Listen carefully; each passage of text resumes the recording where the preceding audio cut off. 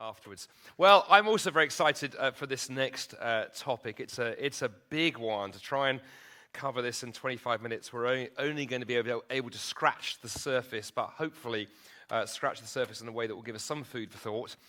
But to set the scene, a few years ago, a friend of mine was having dinner with a work colleague and his wife, and the meal had gone well. And in fact, during the meal, questions about spirituality had come up, and that had gone okay. And then my friend's friend mentioned that he was a Christian. His wife mentioned he was a Christian.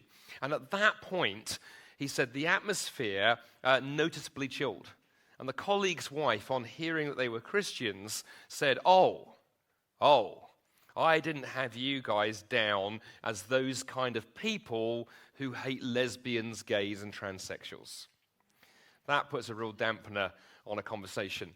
For years, I think Christians we have grown up assuming that our friends and our colleagues, even though they may disagree with our religious beliefs, nevertheless respect that we have some kind of religious faith. I mean, after all, right, we're the good guys. Look at all the things the church has done and continues to do for the poor and the marginalized and so on.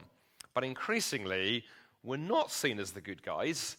Increasingly, we're seen as the bad guys. In fact, there's a very famous comedy sketch you can look up later on the internet by the UK comedy double act Mitchell and Webb. And set during World War II, it portrays two Nazi officers somewhere on the Eastern Front. And one turns to his colleague and says nervously, I'm a little bit worried. I've just noticed our caps. They've got skulls on them. Are we the bad guys? And if you Google Mitchell and Webb, Are We the Bad Guys? It's a really, really clever comedy sketch. And of course, Stephen McAlpine, in that book I waved at you a few moments ago, picked up on that sketch, picked up on that idea in his book, Being the Bad Guys, How to Live for Jesus in a World that says you shouldn't. And Stephen points out that Christians need to, if we're not already aware, we need to become aware of how the secular world sees us, because of our views on sexuality in particular. The way we are viewed by those outside the church is increasingly not favorable. And one of the side effects of that is I think it can cause Christians to self-censor when it comes to evangelism. I meet so many, especially younger Christians, but others too, who say nothing. We say nothing to our friends. We say nothing to our colleagues. We say nothing to our neighbors, because we are afraid that we'll be asked some terrifyingly difficult question about sexuality. As I've mentioned so far throughout this conference, I speak a lot on university campuses, and questions around sexuality and identity often come up. I remember doing a mission week at a Scottish university, the University of St Andrews, a few years ago, and during the Q&A, I remember a student coming to the microphone, and she asked this question. She asked the question, why is Christianity against my sexual freedom? Why is Christianity against my sexual freedom? And although that is a tough question, I imagine if somebody asked one of us that question, we'd be a bit fear and trembling in how we approach it. But although it was a tough question, I remember at the time thinking I loved the way that student phrased it, because I think the way that she phrased this question gets to the core of the issue. The issue is that our culture says that Christianity is oppressive because it challenges people's freedom to choose. People's freedom to choose is the greatest virtue in today's culture. Freedom is everything. And because Christianity challenges our freedom to choose, whether it's our sexuality or our gender, that's why Christianity is seen as oppressive. So how might we respond to all of that? Well, let's begin right at the beginning by taking a little look at the word freedom in that statement. Christianity is oppressive because it's against my sexual freedom. Let's think about the word freedom together for a few moments. One of my all-time favorite movies is the 100% historical action adventure Braveheart from a few years ago. Oh, thank you. There's a few fans in the room. One of my most terrifying experiences, I remember watching that movie when it came out in a cinema in Edinburgh. And every time an English person got killed on the screen, the entire cinema erupted in uproar. Yay! Kill the English! I was sitting in the back row, shrinking under the seat, thinking, how do I get out of here alive? But anyway, in Braveheart, if you know that movie, if you don't go watch it, it's brilliant. We have the Scottish freedom fighter William Wallace, played by Mel Gibson, with a historically accurate Australian-Scottish accent. And before this big battle, at the Battle of the Stirling Bridge, he gives this great speech to his audience. It's become one of the defining lines in the movie, where he says, they may take our lives, but they will never take our freedom. And again, I won't even attempt the Scottish accent, let alone an Aussie one. But freedom is this huge idea in our culture. Our culture repeatedly tells us through the media and through other channels that freedom is the main thing, and that we should be free to choose whatever we want to be. And as part of that freedom to choose, you're free to choose your sexuality, your gender, your identity. The list goes on. And so no wonder if everything that our culture says is about freedom. Freedom is the great dream. And if Christianity is apparently anti-freedom, then no wonder our friends wonder, what possible relevance could Christianity have? In fact, couldn't even Christianity, quite frankly, be harmful? Because if freedom is the goal and Christianity restricts that. But I wonder, I will often say to my secular friends, I wonder if things are maybe just a tiny little bit more complicated than that. See, part of the reason I think we've got in such a confusion in culture around these issues is we haven't thought hard enough about how we define that very word freedom. See, in Western culture, we tend to define freedom as being the absence of constraints. In other words, our culture tells us, most of our friends believe, that freedom means I can do what I want, when I want, with whom I want, in the way that I want. Nothing can constrain me, nothing can restrict me, certainly not God, certainly not the Bible, certainly not the church. But I often like to cause sort of consternation when I speak in places like university campuses by saying, do you know, the problem with this view of freedom is impossible. This view of freedom is a myth, it's a legend, it's totally impossible, and it's impossible for the simple reason that my desires conflict. Our desires as human beings conflict. We can't fulfill all of them. For example, I want to be free to eat as many donuts as possible. I love donuts. In fact, I love any sugary confection. I think sugar is a food group, but I particularly love donuts. I lived in Canada for 6 years. That's where the addiction began. I love donuts with a vengeance. I want to eat as many donuts as is humanly possible. Possibly a JCB digger would be involved. Thank you, one person. But I also would like to be free to run a mile in under 6 minutes. I am an occasional runner. With my son, I've taken up running again. I want to improve my times. I'd love to be able to run a mile in 6 minutes, maybe just under, if possible. But those two freedoms conflict. Those freedoms conflict. I cannot achieve both those things. So therefore, I am going to have to choose which freedom is the most important and which I sacrifice. If I want to meet that running goal, unfortunately, I am going to have to sacrifice a few donuts. Aha, says the culture, but hang on, we get to choose. It's me who gets to choose which freedoms to give up, which constraints to accept. God and religion have got nothing to do with it. But I'm afraid the answer there is no, because you bang up against the real world pretty quickly. I can shout as loudly as I wish that I plan to choose donuts and running, but my body is not going to agree. My body was not designed to stuff itself full of donuts and also run sub-6 minute miles. We are not as free as we think we are. Sometimes the choices that we make affect other choices that restrict others, and so on. But this again brings us back to an issue we hit in the previous two talks. What then are we designed for? If we start talking about crashing up against limits in the real world, what is it that human beings were designed for? Well, one of my hobbies over the last few years has been drone flying. I got on the drone flying thing fairly early on before it became a major thing, And I remember about 5 years ago buying my first drone. It cost about $2,000. My wife took quite a lot of convincing that I really did need this gadget. And I had huge fun flying my DJI Phantom drone.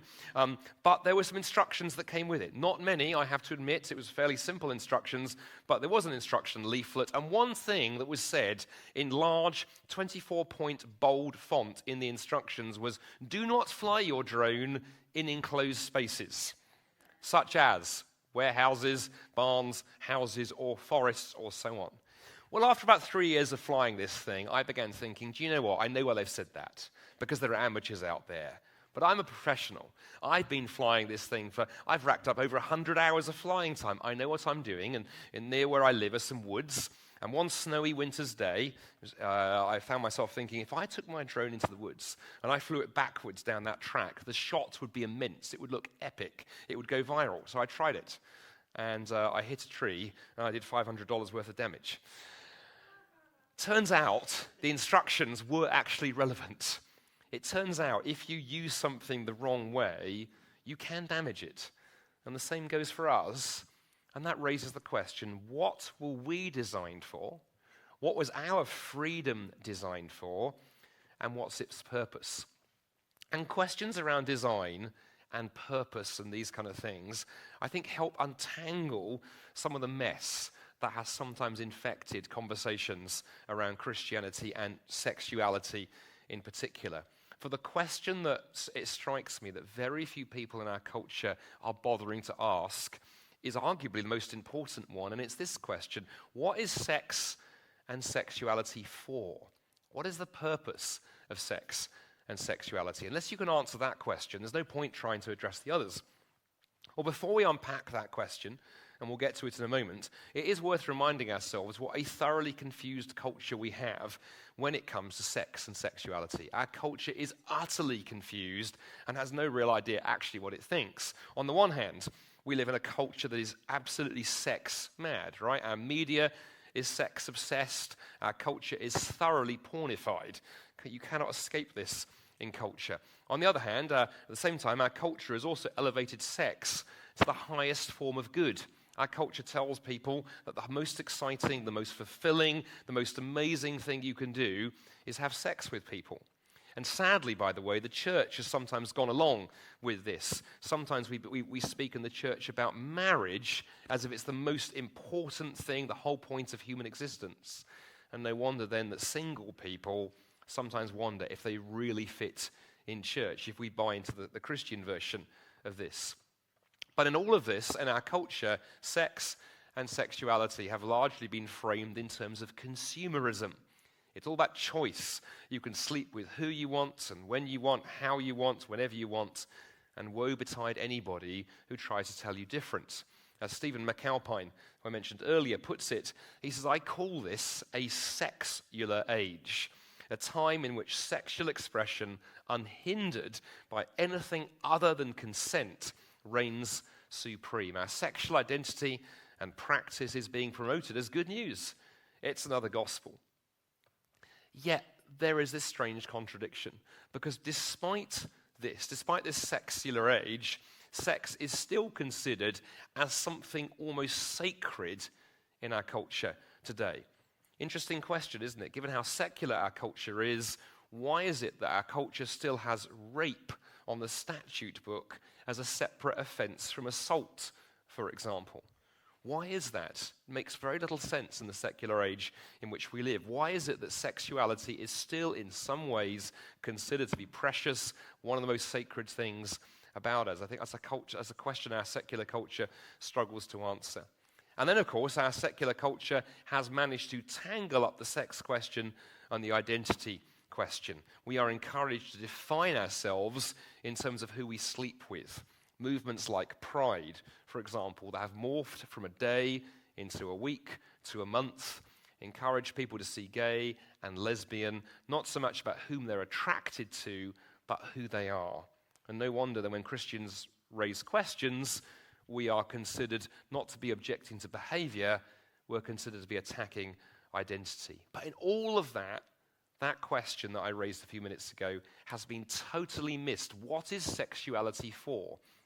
And the what is something for question is absolutely crucial. If I open my desk drawer in the midst of a spring cleaning frenzy in a few weeks' time, and I find a weird tool in my drawer, some strangely shaped piece of metal, it's probably quite important knowing what it's for. If I know what it was designed for, I can then begin to decide, do I need it? Can I throw it out? Is it essential? And so on. Knowing what something is for is crucial. So what is sex and sexuality for? Well, interestingly, when you ask that question and you get people thinking about it, there are three common answers that emerge. People will tell you, well, I guess sex is for shared pleasure, it's for uniting a couple together, and it's for having children. And interestingly, you can get those answers from secular friends. Sometimes Christians actually can give the same answers to those, because those three things are actually all mentioned in the Bible as well. But surely, at the same time, there is something missing here.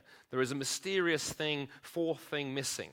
And a clue that something is missing on that list is the first three things exclude single people. If you are single, then those first three things don't apply because you are not in a relationship with somebody. And therefore, does that mean that for single people, sexuality is just an annoyance? It's just a distraction, just a temptation? And secondly, if that's all that sex is for, then the Bible's insistence that the context for sex is in the context of marriage between a man and a woman, if the only purpose of sex is those first three things, then the Bible's instruction does look particularly weird. So those three reasons need something more. And what they need, I think, is the key purpose of sexuality according to the Bible. And the key purpose of sexuality according to the Bible says, yeah, those first three things are all fine.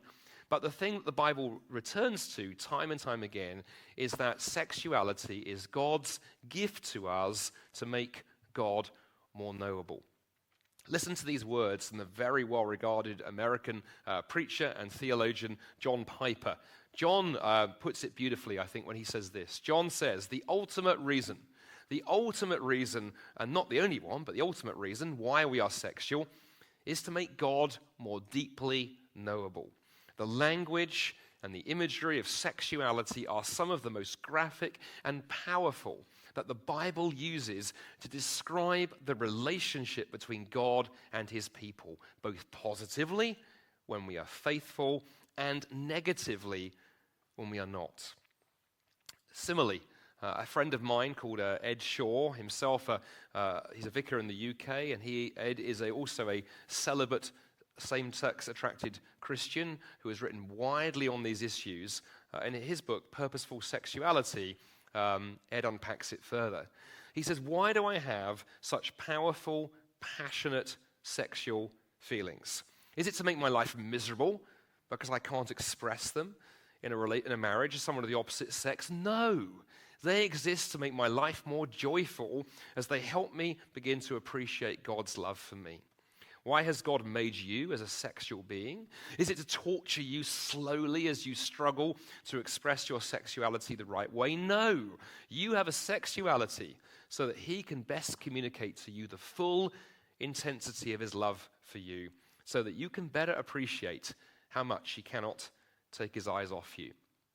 In short, in the Bible, sex and marriage, they're a foreshadowing, they're a symbol, they're a trailer, if you like, for the main event, the new creation, the union of Christ and his people. And that, by the way, explains why someone like the Apostle Paul, in passages like Ephesians 5, where Paul can start talking about how husbands and wives relate, and then partway through the passage he segues into talking about Christ and the church, because the two things are deeply connected.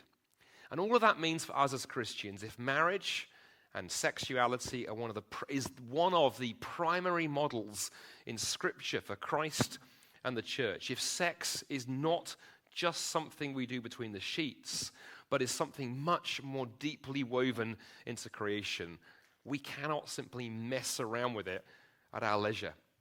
As C.S. Lewis put it, talking about the importance of both male and female, Lewis writes, he says, the kind of equality which implies that the equals are interchangeable, like counters or identical machines, is among human beings a legal fiction. It may be a useful legal fiction, But in church, we turn our back on fictions.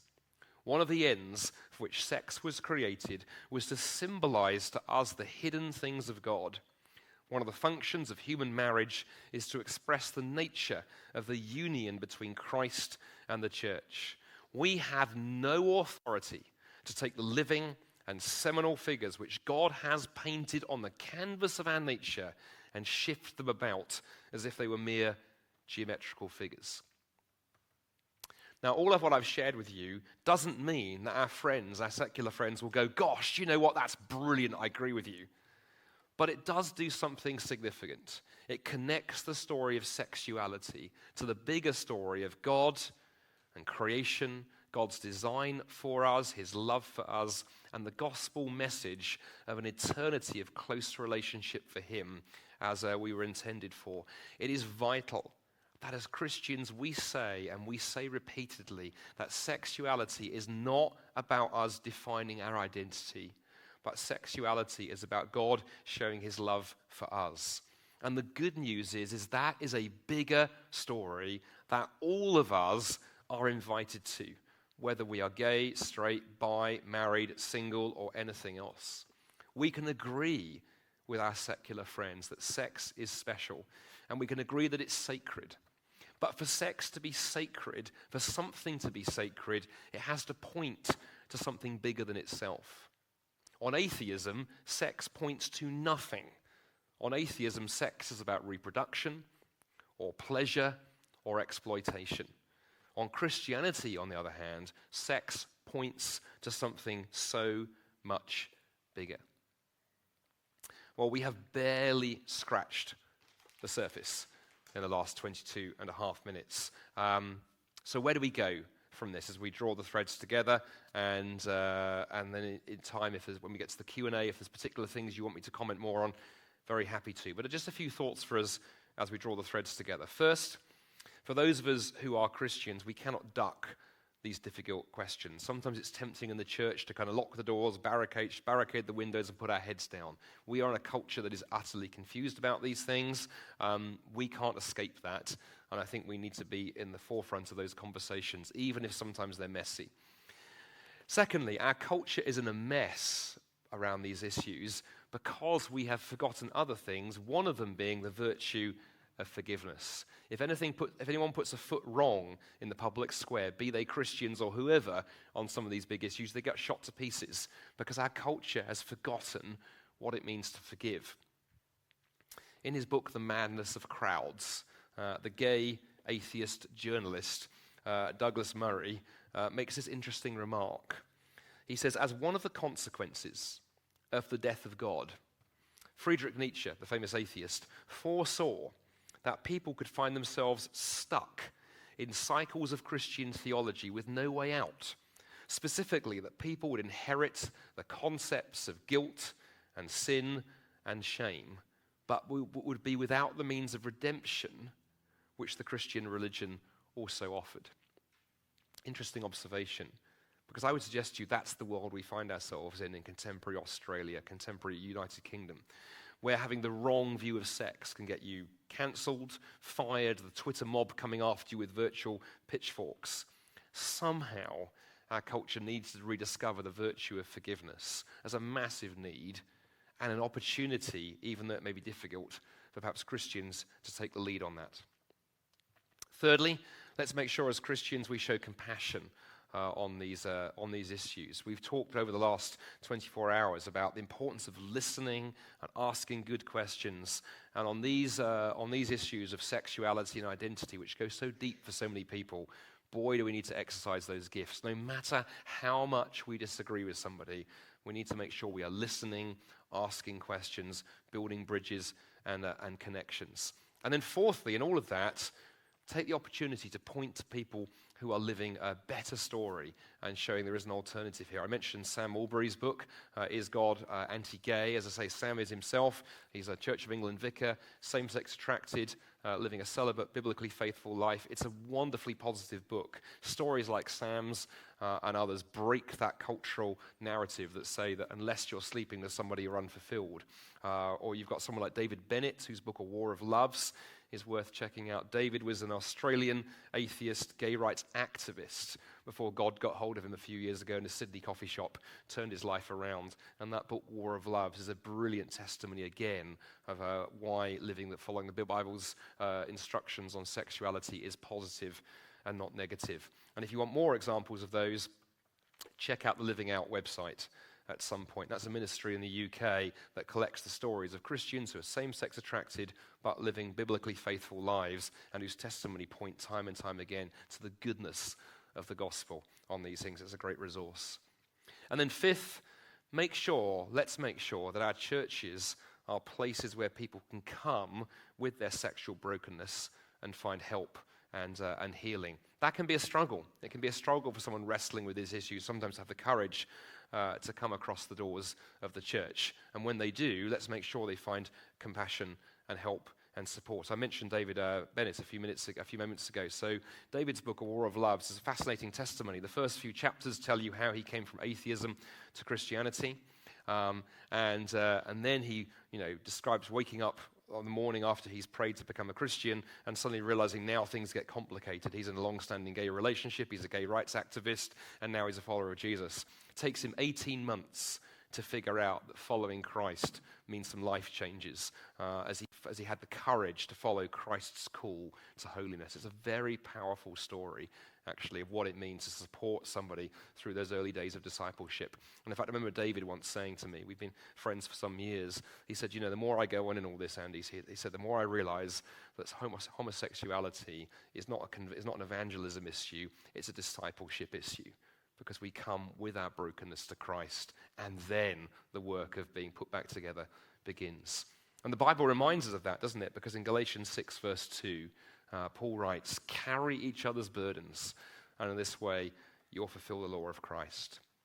And then lastly, brothers and sisters, let's take discipleship seriously. If our friends who are L, G, or B, or T, if they hear us saying that everybody else who comes to Christ gets a pretty easy deal, but LGBT people, they're the ones who have to give stuff up to follow Christ, no wonder they are going to look at us with contempt.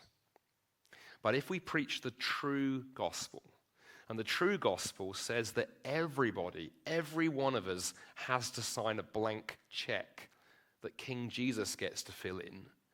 If the church consistently preached that message, that all of us must give something up when Jesus becomes Lord, then, well, it still won't be easy, but it will be easier because our message will be consistent.